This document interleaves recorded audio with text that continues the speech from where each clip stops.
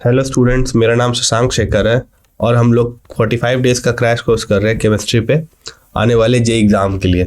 और ये इस क्रैश कोर्स का 16th डे है। तो स्टार्ट करते हैं। तो पिछले क्लास में हमने इक्विलिब्रियम चालू किया था। उससे पहले हमने केमिकल इक्विलिब्रियम ख़त्म किया था, जिसमें हमने ये सब पूरे पार्ट को कवर कर लिया था।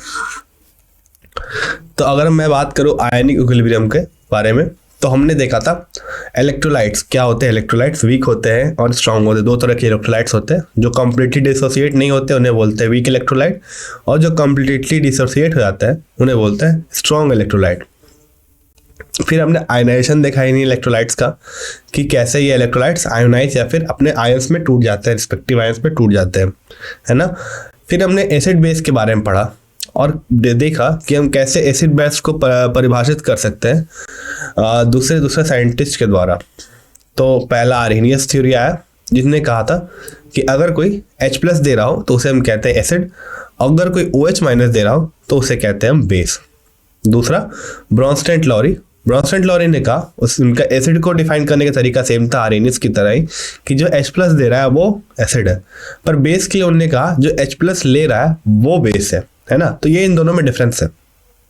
अब ब्रॉन्स्टेड-लॉरी का एक बहुत ही इंपॉर्टेंट कॉन्सेप्ट क्या है, दो इंपॉर्टेंट कॉन्सेप्ट कह सकते हैं हम। पहला कि मान लो कोई एसिड अगर H+ दे रहा है, तो वो H+ देने के बाद जो वो स्पीसीज बन जाता है, उस स्पीसीज को हम क्या कहते हैं, उसका कंजुगेट बेस। उसी तरह अगर कोई बेस H+ ले रहा है और H+ लेने के बाद जो वो चीज़ बन रहा है उस स्पीसीज को क्या कहेंगे, कंजुगेट एसिड, है ना। वाइस वर्सा, उल्टा मतलब एसिड, अगर एसिड क्या बन जाता है, कंजुगेट बेस, और बेस क्या बनता है, कंजुगेट एसिड। हो गया, ये बात हो गई। अब एक और इम्पॉर्टेंट बात, कि मान लो अगर एसिड जो है वो स्ट्रॉन्ग एसिड है और उसका जो बेस कंजुगेट बेस बनेगा वो क्या बनेगा, कंपैरेटिवली वीक बनेगा। किससे कंपैरिजन में बात कर रहे हैं, अगर मान लो अगर एक एसिड है और उसको रिएक्ट करा रहे एक बेस से, है ना, ये बात हम कर रहे हैं, तो हमें क्या मिल रहा है, कंजुगेट एसिड मिल रहा है और कंजुगेट बेस मिल रहा है।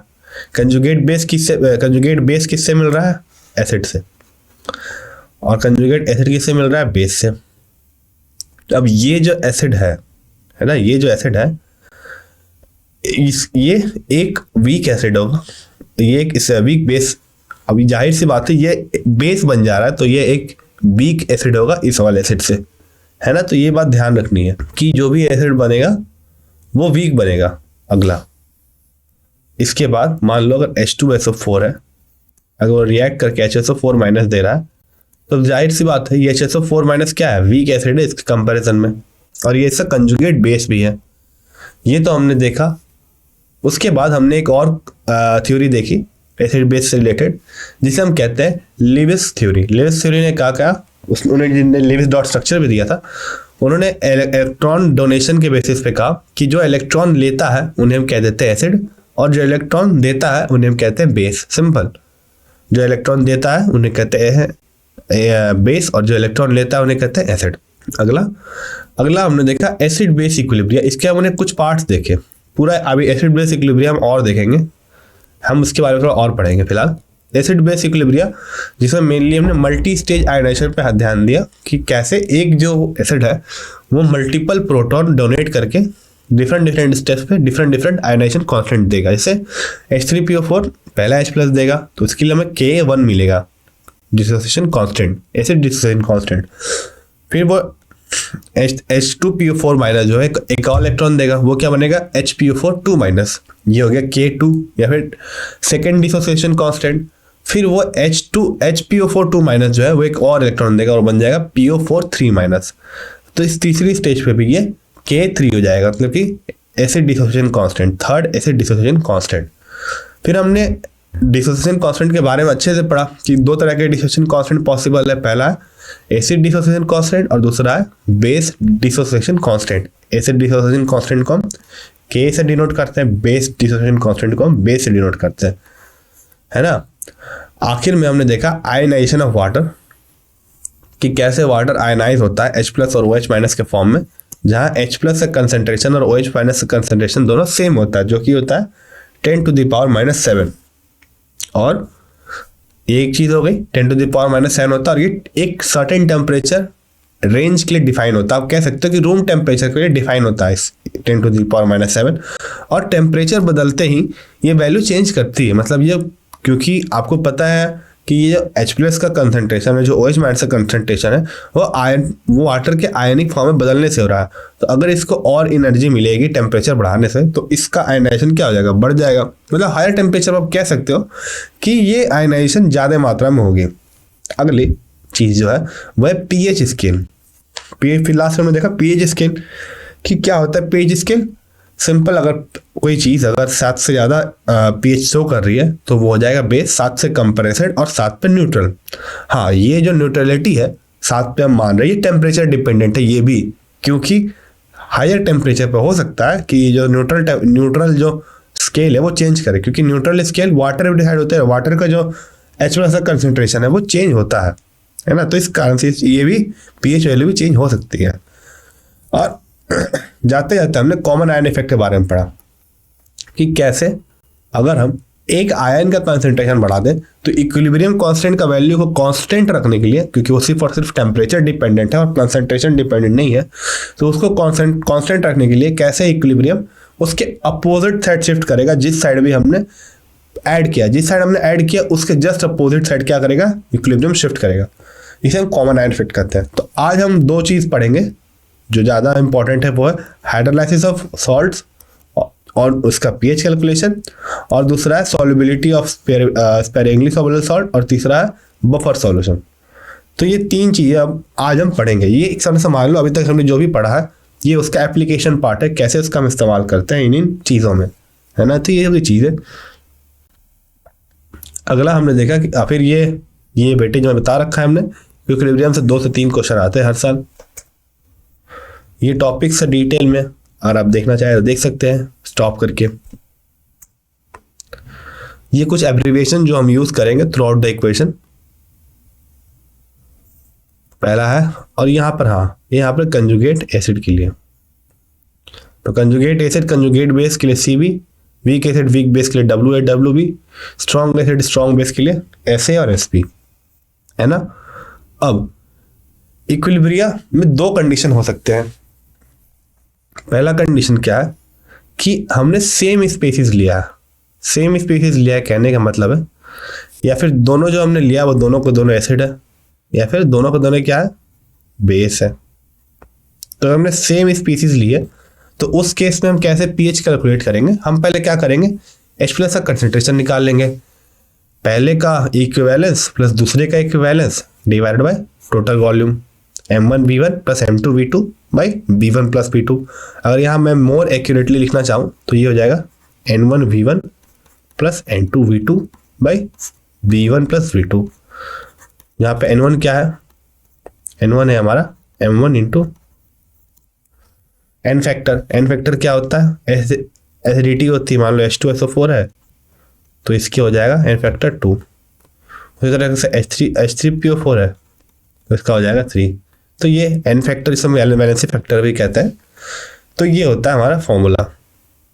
एक इसके लिए अगर हम सेम एसिड सेम बेसिस के ले रहे हैं, एक बार हमने H+ कैलकुलेट कर लिया, फिर हम pH is equals to minus log H+ करके क्या कर लेंगे, pH का वैल्यू कैलकुलेट कर लेंगे।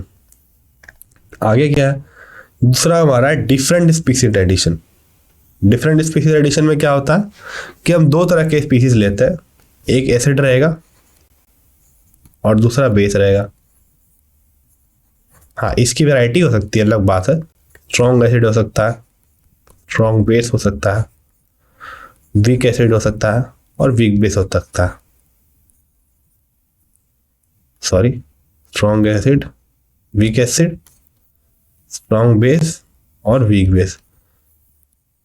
अब इनके अलग अलग कॉम्बिनेशन हो सकते हैं, स्ट्रॉन्ग एसिड स्ट्रॉन्ग बेस के साथ, स्ट्रॉन्ग एसिड वीक बेस के साथ, है ना। ये पहला 2 कॉम्बिनेशन है।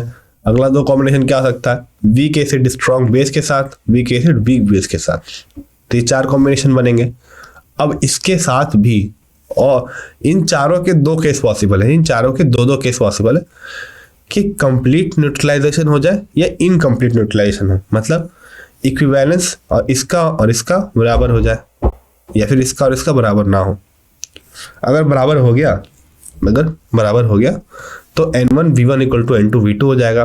और अगर नहीं हुआ तो हम फिर H प्लस OH माइनस का कंसंट्रेशन इसकी मदद से निकाल सकते हैं।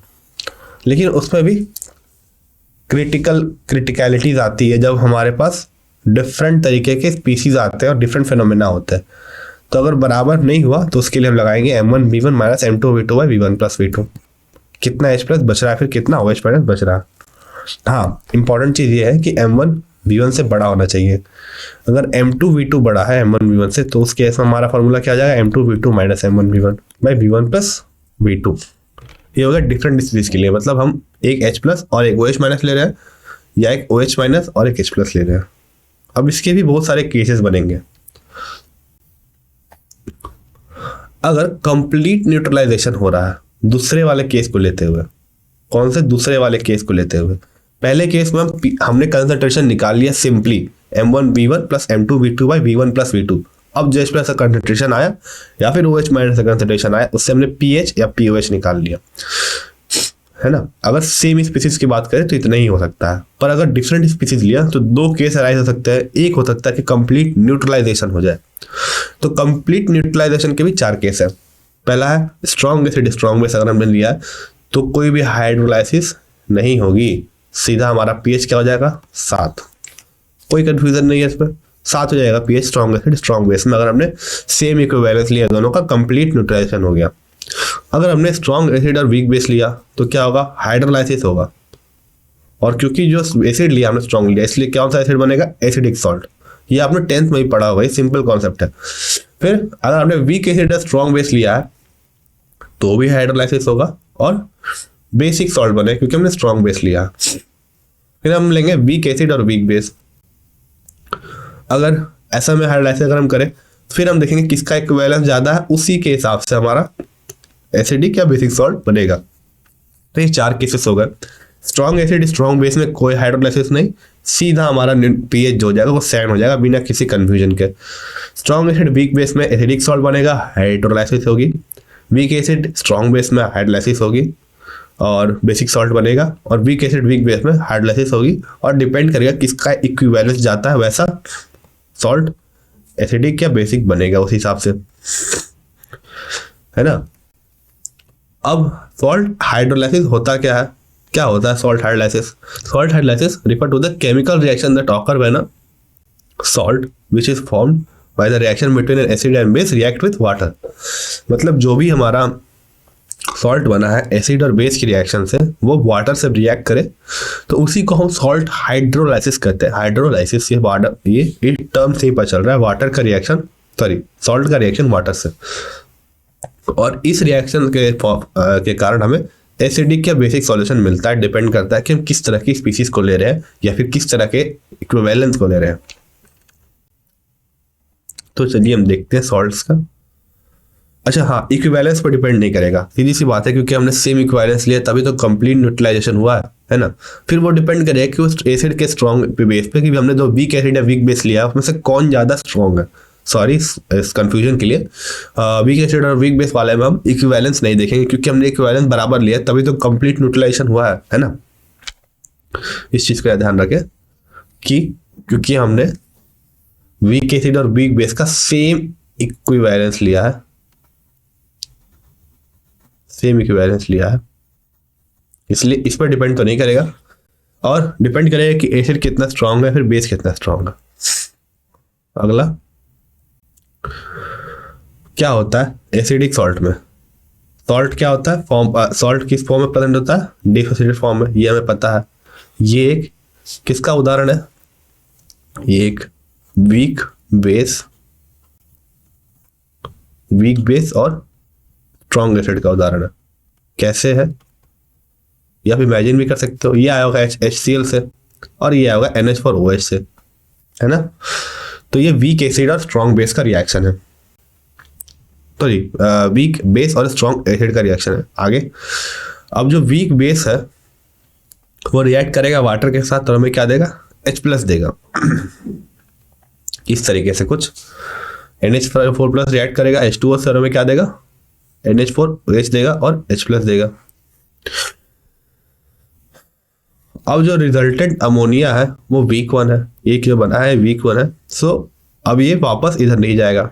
अगर ये वापस इधर नहीं जाएगा तो ये फ्री H+ हमें यहाँ पे मिल रहा है, क्योंकि अगर वापस जाता तभी तो इसे कंज्यूम करता।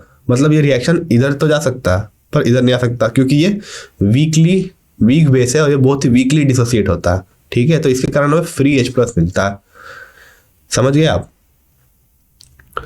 तो इस कारण से H+ जो है एक्सेस में बन जाता है और ये जो सॉल्यूशन में आता है वो एसिडिक सॉल्यूशन में आता है। अगला, अब ये हो गया कॉन्सेप्ट हमारा। अब मैं डेरिवेशन में न आते हुए सीधे आपको फॉर्मूला बताऊंगा। अगर हाइड्रोलाइसिस कांस्टेंट कैलकुलेट करना हो, जो होता है KH, ये KH कुछ नहीं, इक्विलिब्रियम कांस्टेंट जो भी है मल्टीप्लाइड बाय वाटर का कंसंट्रेशन होता है। अगर आप देखो ऐसे इस फॉर्मूले को, जो आप अपने अभी इक्वेशन देखा, जो होता है NH4 plus H2O gives NH4OH plus H+, है ना। तो अगर इसके लिए हम K लिखेंगे तो क्या हो जाएगा, NH4OH H+ NH4 plus H2O, ये हो जाएगा, है ना। अब ये H2O यहां जाएगा, K into H2O, NH4OH H+ NH4 plus. अब ये क्योंकि बहुत वीकली डिसोसिएट होता है, ये भी कांस्टेंट हो जाएगा ऑलमोस्ट, क्योंकि वाटर क्या है, एक्सेस में प्रेजेंट है यहाँ पर, तो इससे कंसंट्रेशन में ज्यादा चेंजेस नहीं आएंगे, ये भी ऑलमोस्ट कांस्टेंट रहेगा और इसी को हम कहते हैं क्या, KH। इसी तरीके से हर एक जगह यही अप्लाई होगा, सेम चीज। और इसको हम कैसे निकालते हैं, KW/K से। KW क्या है हमारा, KW हमारा वाटर का डिसोसिएशन कांस्टेंट है, और K क्या है, K हमारा एसिड का डिसोसिएशन कांस्टेंट है। KW आपको पता होगा, K कितना हो जाता है, H+/OH-। अगर आप H2O को देखें, एसिड अगर उसका डिसोसिएशन देखें तो ये होता है H++OH-, है ना। तो KW हमारा निकल के आता है 14, ये 14 निकल के आता है।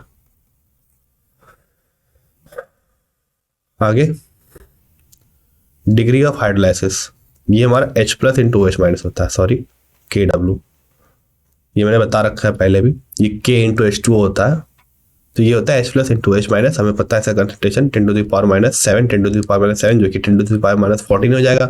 और फिर KW कैसे, KW 10⁻14 हो जाएगा, 10⁻14 होगा ये, सॉरी, ठीक है। ये K डिपेंड करेगा एसिड पे और KH हमें कैलकुलेट करना है इसी तरीके से।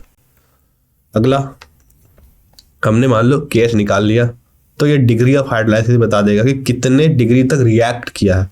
जैसे अल्फा निकालते हैं ना कि कितना रिएक्शन हुआ है, वैसे ही डिग्री ऑफ हाइड्रोलाइसिस होता है कितना रिएक्ट किया है ये NH4 प्लस H2O से। ये होता है डिग्री ऑफ हाइड्रोलाइसिस, ये होता है √KH/C। C यहाँ पे क्या हमारा, concentration of salt, concentration of, जो हमारा सॉल्ट बनेगा, जो हमारा सॉल्ट का कंसंट्रेशन है वो हो जाएगा कंसंट्रेशन ऑफ सॉल्ट √KH/C। अगला कौन सा है, pH। pH क्या हो जाएगा, अगर हम pH की बात करें तो ये हो जाएगा pH = 7 - ½ pK + ½ log C। याद रखिए C किसका कंसंट्रेशन है, सॉल्ट का कंसंट्रेशन है, हर जगह सॉल्ट का कंसंट्रेशन, जो हमने सॉल्ट लिया था कितना कंसंट्रेशन है, ओके। तो ये चीज दिमाग में रखिए। अब हमारा आता है बेसिक सॉल्ट। बेसिक सॉल्ट कैसा होता है, हमें पता है कि दोबारा से सॉल्ट किस फॉर्म में प्रेजेंट है, डिसोसिएटेड फॉर्म में। मान लीजिए हमने कोई बेसिक सॉल्ट लिया है, कैसे लिया बेसिक सॉल्ट, क्योंकि हमने एक वीक एसिड लिया है, ये है H+, ये CH3COOH एसिटिक एसिड से आया होगा और ये NaOH से आया होगा। तो इसमें हमने कौन सा ऐसे सॉल्ट लिया, जो बेस लिया वो स्ट्रॉन्ग लिया है, इसलिए जो सॉल्ट बनेगा वो बेसिक सॉल्ट बनेगा। अब अगला, अब ये जो वीक एसिड का पार्ट है वो रिएक्ट करेगा वाटर से और हमें OH- देगा, मतलब CH3COOH- रिएक्ट करेगा H2O से और हमें देगा CH3COOH प्लस OH-। अब यही OH- क्या हो गया, एक्सेस में हो गया। अभी एक्सेस में हो गया और ये वापस रिएक्शन इधर नहीं जाएगा क्योंकि ये वीक एसिड है और ये वीकली डिसोसिएट होता है, तो ये OH माइनस का कंसंट्रेशन यहाँ बढ़ गया। तो ये जो सॉल्यूशन है वो बेसिक हो गया। अब हाइड्रोलाइसिस कांस्टेंट कैसे कैलकुलेट होगा, ये सीधा सीधी हो जाएगा KH इक्वल टू KW/KB। दोनों के फॉर्मूला में कोई अंतर नहीं है। एसिडिक सॉल्ट में यही KH क्या था, KW/K था, क्योंकि वहां पे जो एसिड था वो वीकली डिसोसिएट कर रहा था, तो उसका डिसोसिएशन कांस्टेंट का सिग्निफिकेंस आ रहा था। यहाँ पे हमने बेस को वीक लिया है, बेस को क्या लिया, वीक लिया है, ये गलत दिया हुआ, बेस को नहीं एसिड को वीक लिया, तो यहाँ पे K होगा, यहाँ पे क्या होगा, यहाँ पे K होगा। जो वीक रहता है उसी का डिसोसिएशन कांस्टेंट होता है हमेशा, है ना, तो ये K होगा, माफ कीजिएगा ये K होगा। अब ये pH क्या हो जाएगा, 7 + half pK + half log C, है ना। यहाँ पे भी देखिए pK लिया गया ना कि pKb, ये K होगा।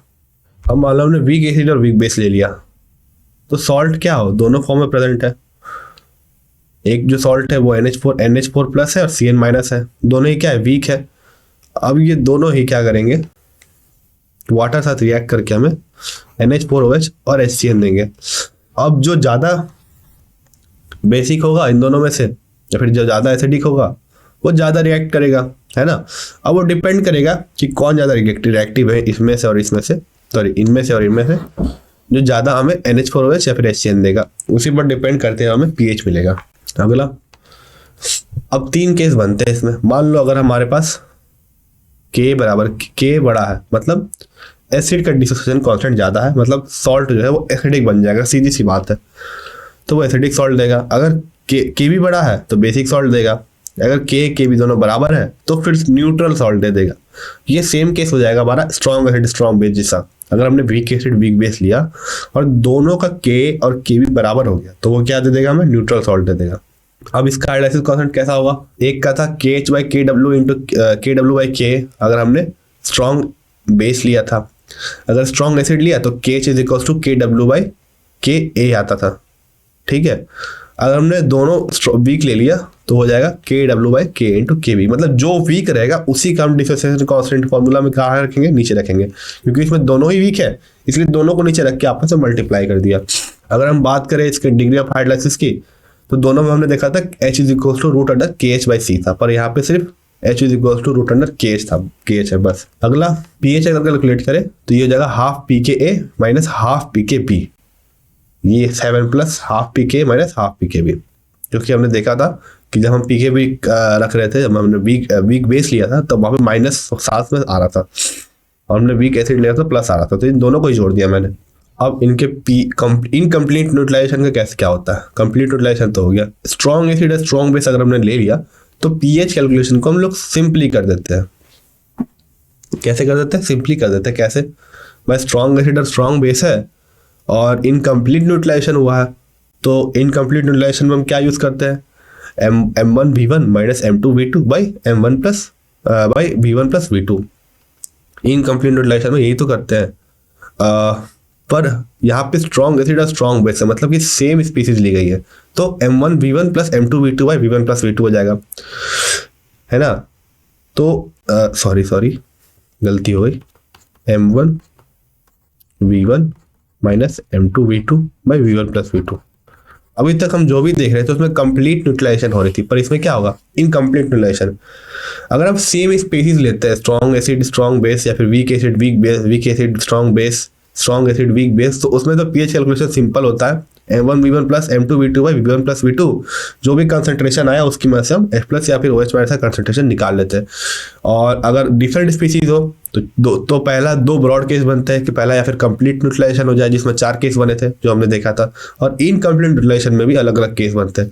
पहला अगर हमने स्ट्रॉन्ग एसिड स्ट्रॉन्ग बेस ले लिया और इनकम्प्लीट न्यूट्रलाइजेशन हुआ, मान लो कि H+ ज्यादा प्रेजेंट हुआ, तो हमें pH वहां से मिल जाएगा -log H+ लेके। और अगर OH ज्यादा कंसंट्रेशन हुआ तो फिर वहां से OH का कंसंट्रेशन मिल जाएगा, और उसका कॉरस्पॉन्डिंग हमारा H+ का कंसंट्रेशन होगा। तो ये तो हो गई स्ट्रॉन्ग एसिड स्ट्रॉन्ग बेस के बारे में। अगर हमने स्ट्रॉन्ग एसिड और वीक बेस लिया तो H+ क्या, इसका मतलब क्या हो गया कि H+ बच जाएगा, है ना। H+ क्या हो जाएगा, बच जाएगा, क्योंकि स्ट्रॉन्ग एसिड लिया है।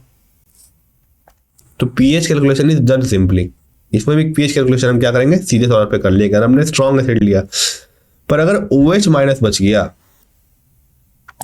डिपेंड तो करता है इक्विवेलेंस पे ना, स्ट्रॉन्ग एसिड या स्ट्रॉन्ग बेस पर डिपेंड नहीं करता। अगर मान लो हमने भले ही वीक बेस लिया हो, पर उसका इक्विवेलेंस क्या ले लिया हमने, ज्यादा ले लिया, इक्विवेलेंस हमने ज्यादा ले लिया, तो इस कारण से क्या होगा कि ये जो OH माइनस है वो बच जाएगा। अब यही OH माइनस बफर की तरफ, इसी में हम बफर का इस्तेमाल करते हैं, इसी को हम बफर का इस्तेमाल करते हैं। हमने एक स्ट्रॉन्ग एसिड और वीक बेस लिया और वीक बेस का इक्विवेलेंस ज्यादा ले लिया, तब एक बफर सॉल्यूशन बनता है। और अगर स्ट्रॉन्ग एसिड ज्यादा लिया तो सिंपल हम पीएच कैलकुलेशन कर लेंगे, जो भी H प्लस एक्स्ट्रा बचा है उसका माइनस लॉग H प्लस करके। इसी तरह अगर हमने वीक एसिड और वीक बेस लिया है, अगर H प्लस बचा तो बफर बन जाएगा। वीक एसिड अगर बच गया, वीक एसिड अगर एक्सेस में है, इक्विवेलेंस अगर ज्यादा है, इक्विवेलेंस अगर ज्यादा है तो वो बफर सॉल्यूशन बनाएगा। अगर OH माइनस का इक्विवेलेंस ज्यादा है तो फिर सिंपल पीएच कैलकुलेशन होगा। ये हो गया हमारा वीक एसिड और स्ट्रॉन्ग बेस का। अगर हमने वीक एसिड और वीक बेस ले लिया तो वो डिपेंड करेगा कि कितना ज्यादा कंसंट्रेशन है वीक एसिड का और कितना स्ट्रेंथ है वीक एसिड वीक बेस का, मतलब दोनों इक्विवेलेंस और कंसंट्रेशन पर डिपेंड करेगा। वो तीसरी बात हो गई। तो पहले हम देखेंगे बफर सॉल्यूशन। अब ये बफर सॉल्यूशन क्या है? बफर सॉल्यूशन वो चीज है जो पीएच के चेंज को रेजिस्ट करती है, लेकिन जब हमने एक स्मॉल अमाउंट फिर कम मात्रा में एसिड या बेस को ऐड किया, इसमें क्या होता है, एक मिक्सचर होता है वीक एसिड इसके कंजुगेट फिर इसका और से कंजुगेट बेस का, या फिर एक वीक बेस और उससे कंजुगेट एसिड का। ये इन दोनों का कॉम्बिनेशन, दो कॉम्बिनेशन पॉसिबल है जो हमने अभी देखा, weak acid strong base, strong acid weak base.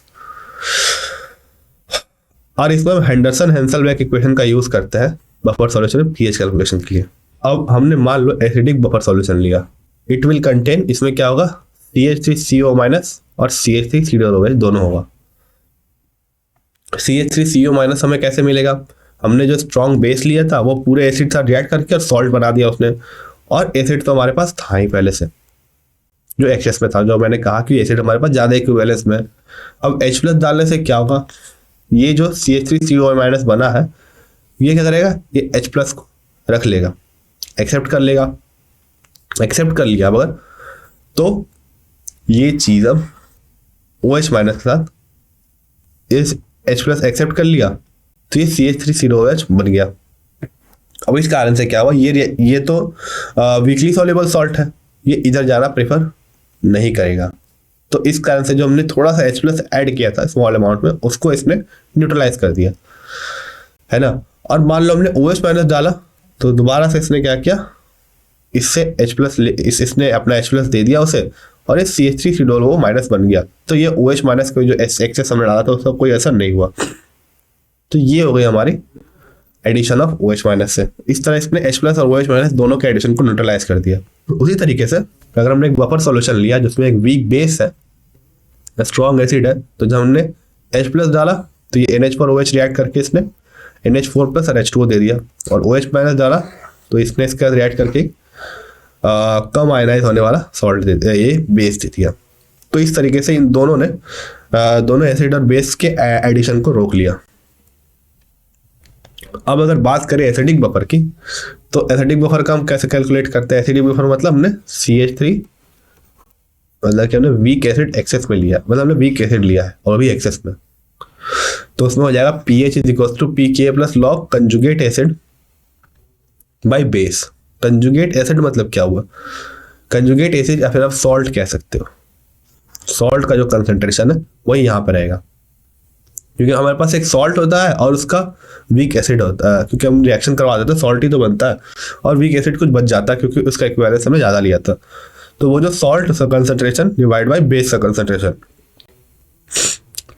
उसी तरीके से अगर हमने बेसिक बफर लिया है तो यहाँ पे कंजुगेट, यहाँ पे ये गलत दिया हुआ है, ये फॉर्मूला गलत है, ये हो जाएगा pH is equal to pKb, ये POH हो जाएगा pKb plus log salt by acid का कंसंट्रेशन,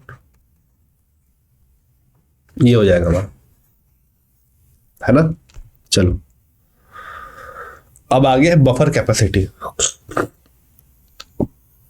बफर कैपेसिटी आप यह समझो कि ये कितने हद तक एसिड या बेस के एडिशन को न्यूट्रलाइज कर सकता है, उसी को हम कहते हैं बफर कैपेसिटी। मतलब किसी बफर की कितनी कैपेसिटी है कि वो एसिड और बेस को न्यूट्रलाइज कर सके। तो इसका सिंपल सा फॉर्मूला होता है, इसे बीटा को हम कहते हैं बफर कैपेसिटी, डेल्टा बेस या फिर डेल्टा एसिड, डिपेंड करता है हमने क्या ऐड किया है, डिवाइड बाय पीएच में कितना चेंज आया। मतलब हमने कितना बेस ऐड किया और या फिर कितना एसिड ऐड किया डिवाइड बाय कितना उसमें पीएच में चेंज आया है, यही होता है बफर कैपेसिटी। हम कुछ क्वेश्चंस करेंगे इस रिलेटेड एक एक करके। तो पहला क्वेश्चन है, 1 मोलर NH4OH लिया हमने और 1 मोलर HCl लिया, दोनों को मिक्स करके एक टोटल वॉल्यूम बनाया 300 ml का। If pH of the mixture, इसका जो pH निकल के आया वो आया 9.26 और pK कितना दिया हुआ 9.26, तो volume ratio of NH4OH and HCl will be. देखते कैसे सॉल्व करना है। पहला pH 9.26 है, इसका मतलब क्या है NH4OH एक्सेस में है ना। इसलिए ये मिक्सचर क्या हो गया, ये एक बेसिक बफर हो गया। इसमें कंप्लीट न्यूट्रलाइजेशन तो नहीं हो रहा है, तभी तो pH ज्यादा आ रहा है 7 से। मतलब कि ऐसा नहीं है, pH ज्यादा आ रहा है 7 से। अब ये जो HCl है वो रिएक्ट करेगा, मान लीजिए कि HCl जो है वो x मिलीलीटर प्रेजेंट है और NH4OH कितना हो जाएगा, तो 300 माइनस एक्स, क्योंकि 300 टोटल था। अब NH4Cl कितना बना होगा, x मिलीमोल ही बना होगा, क्योंकि HCl का x मिलीमीटर में x मिलीमोल ही रहेगा ना, क्योंकि ये n फैक्टर इसका 1 है। अब इतना ही इससे रिएक्ट कर गया और x मिलीमोल बन गया होगा NH4Cl का। अब ये NH4OH अनरिएक्टेड रह गया, बचा वही हो गया NH4OH अनरिएक्टेड। ये कितना हो जाएगा, ये जाएगा 300 minus x minus x, 300 minus 2x। Okay हो गई बात। आगे POH कितना हो जाएगा, 14 माइनस 9.26, 4.74 और PKB कितना हो जाएगा, 14 माइनस 9.26, 4.74। ये भी इतना ही हो जाएगा। अगर PKA दिया हुआ था हमें PKB निकालना था याद, क्योंकि ये हम बेस हमने जो लिया वो वीक लिया और बेस का डिसोसिएशन कांस्टेंट लेंगे ना कि एसिड का डिसोसिएशन कांस्टेंट। वो में क्या दे रखा था, K दे रखा था। तो हमें फॉर्मूला पता है, POH is equals to PKB plus log salt by base का कंसंट्रेशन। POH कितना निकाला हमने 4.74, PKB 4.74, तो ये आ गया हमारा लॉग इतना। अब आगे x bye 300 minus x2x, x कितना निकल के आ गया 100 ml और 3 minus x, volume of NH4 कितना आ गया 200 ml। हमने लिया था स्टार्ट में ही, HCl को x ml माना था तो वही हो गया इतना। NH4OH कितना माना 300 माइनस x, हो जाएगा 200 ml। इनका रेशियो क्या हो गया 200 बाई 1, 2 बाई 1, 200 बाई 100 जो कि हो गया 2:1। ये एक बहुत ही अच्छा क्वेश्चन था प्रैक्टिस के लिए। आगे 2.5 ml of 2/5 m weak mono acid base, जिसका Kb इतना है, is titrated with 2/15 m HCl at in water at 25 degree Celsius. The concentration of H plus at equivalence point is. हमने एक वीक मोनो एसिडिक बेस लिया है ना, और एक स्ट्रॉन्ग एसिड लिया, मतलब एक वीक एसिड और स्ट्रॉन्ग, एक वीक बेस और एक स्ट्रॉन्ग एसिड लिया है। और टाइट्रेशन में हमारा हमेशा न्यूट्रलाइजेशन ही होता है, टाइट्रेट मतलब न्यूट्रलाइज करना।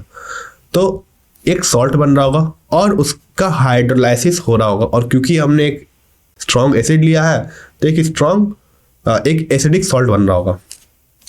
और हमें क्या कैलकुलेट करना है, H प्लस का कंसंट्रेशन इक्विवेलेंस पॉइंट पे, मतलब pH निकालना है किसका, एसिडिक सॉल्ट का। क्या निकालना है, pH निकालना है हमारा एसिडिक सॉल्ट का। फॉर्मूला हमने देख रखा है, हम उसी को अप्लाई करेंगे। एसिडिक सॉल्ट का क्या होता है 7 minus half log pKa sorry pKb minus log plus log C, ये होता है फॉर्मूला हमारा। अब क्योंकि N1V1 N2V2 के बराबर है सॉल्ट हाइड्रोलाइसिस, जैसे मैंने बताया अभी, और ये हमेशा देखा हमने कि ये हो गया हमारा कंसंट्रेशन 2/5 हमने लिख रखा है यहाँ पे। अगर आप देखें यहाँ पे तो ये हमने 2/5 लिया है और ये 2/15 लिया है, और ये मोनोएसिडिक है इसलिए इसका एन फैक्टर भी क्या हो जाएगा, 1 हो जाएगा। तो N1V1 N2V2 बराबर होगा, तो V2 निकल के आएगा 7.5 ml। आगे मान लो हमने वो जो दोनों थे वो एक हमने मान लिया BOH, क्योंकि लिख रखा है कि मोनोबेसिक इसलिए एक ही OH रहेगा, वो बेस हमने ये मान लिया। अब 2.5 ml में कितना बेस होगा,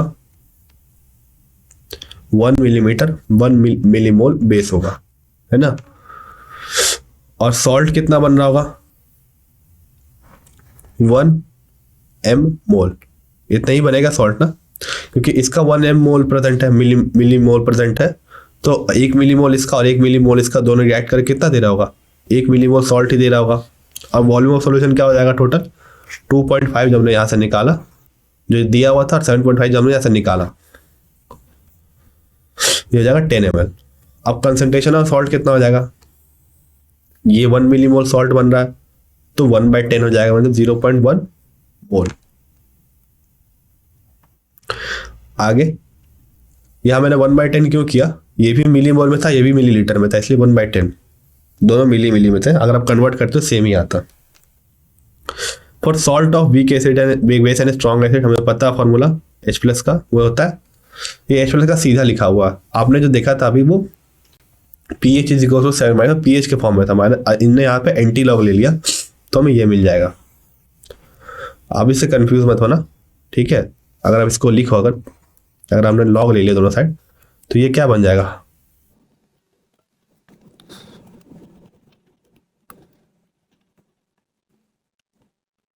यही बनेगा ना ये। और हाफ log KW कितना होता है, 7 होता है, तो हमारे क्या माइनस कॉमन ले ले तो ये हो जाएगा हाफ pKb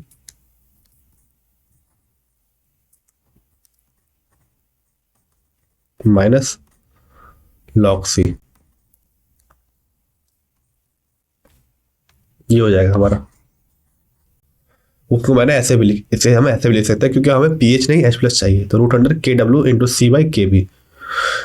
अब KW हमें पता है 10⁻⁻14 होता है, C हमने निकाल लिया 0.1, Kb दिया हुआ है ना 10⁻12, इससे हम निकाल सकते हैं। अगला hydroxyl ion concentration in the case of sodium acetate can be expressed as where Ka is in constant।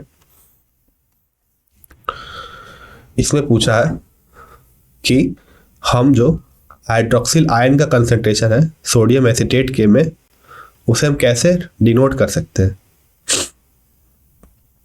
मतलब कहने का मतलब ये है कि ये सीधा एक क्वेश्चन है फॉर्मूला बेस्ड। इसमें सीधा सीधी पूछा गया कि हमारे पास एक सॉल्ट हाइड्रोलाइसिस हो रहा है ना, और कैसा सॉल्ट हाइड्रोलाइसिस, किसका सॉल्ट हाइड्रोलाइसिस, हमने एक बेसिक सॉल्ट लिया है उसका हाइड्रोलाइसिस हो रहा है, उसमें OH- का फॉर्मूला क्या होगा, यही पूछा इस क्वेश्चन में। आप ये खुद से कर लेना, मैं ऐसे सॉल्यूशन दिखा दे रहा हूँ आपको एक बार। यहाँ पे CH3SO- बफर की तरह काम करेगा, तो ये फॉर्मूला पता हमें OH- = C √Kb/C, क्योंकि K × Kb KW होता है, तो इस तरह से हम निकाल सकते हैं, है ना। ठीक है, आगे what would be the pH of a solution obtained by mixing 5 gram of acetic acid and 7.5 gram of sodium acetate and making the volume equal to 500 ml। K दे रखा है, pK भी दे रखा है। तो अगर हम इसकी बात करें इस क्वेश्चन की, तो ये किसका एग्जाम्पल हो गया, ये हो गया एक वीक एसिड और स्ट्रॉन्ग बेस लिया हमने, और वीक एसिड का क्या ले लिया, और हमने ये एक किस तरह का लिया वीक एसिड स्ट्रॉन्ग बेस, और यहाँ पे कंप्लीट न्यूट्रलाइजेशन नहीं होगा। आप दोनों का इक्विवेलेंस निकालेंगे पहले, और फिर देखेंगे न्यूट्रलाइजेशन हो रहा है कि नहीं। कंसंट्रेशन निकालेंगे CH3COH का, वो कितना निकल के आया 0.166 m। उसी तरह CH3CO माइनस कितना बनेगा, ये निकाल लिया हमने। बफर सॉल्यूशन के लिए फॉर्मूला हमें पता है, pH is equal to pK by plus log CH3COONA by CH3COH।